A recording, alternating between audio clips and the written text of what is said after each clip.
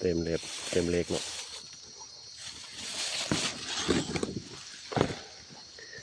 เข้าเดือยเข้าหัวเลยเนาะไปต้นเผาเนาะ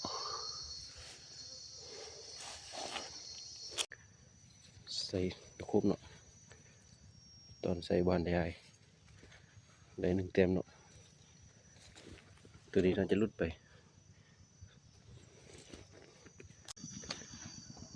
เสร็จเป็น1 เต็มเนาะนกยางมันยังสีแดงถ้าเคยเห็น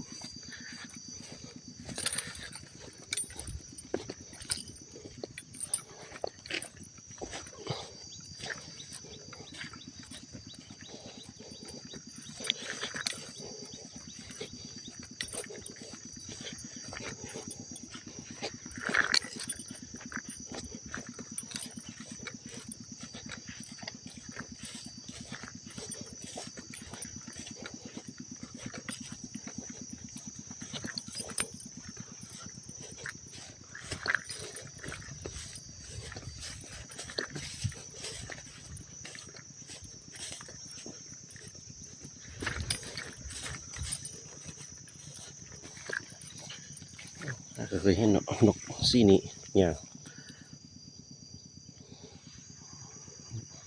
48 เมตรประมาณนั้น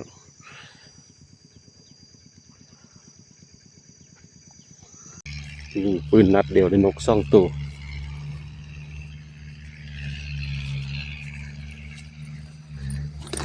เป้าเนาะ2 ตัวเลย